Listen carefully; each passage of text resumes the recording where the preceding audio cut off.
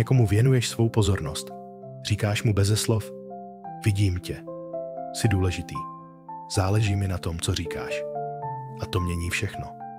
Ne proto, že bys tím druhému něco dal z kapsy, ale proto, že mu dáváš něco ze sebe. Všichni touží po uznání.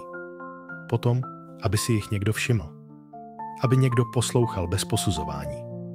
Ale většina lidí místo toho soutěží o pozornost. Každý chce mluvit. Každý chce být slyšet. Jen málo kdo chce opravdu slyšet druhé. Protože naslouchat znamená zapomenout na sebe. A to není snadné.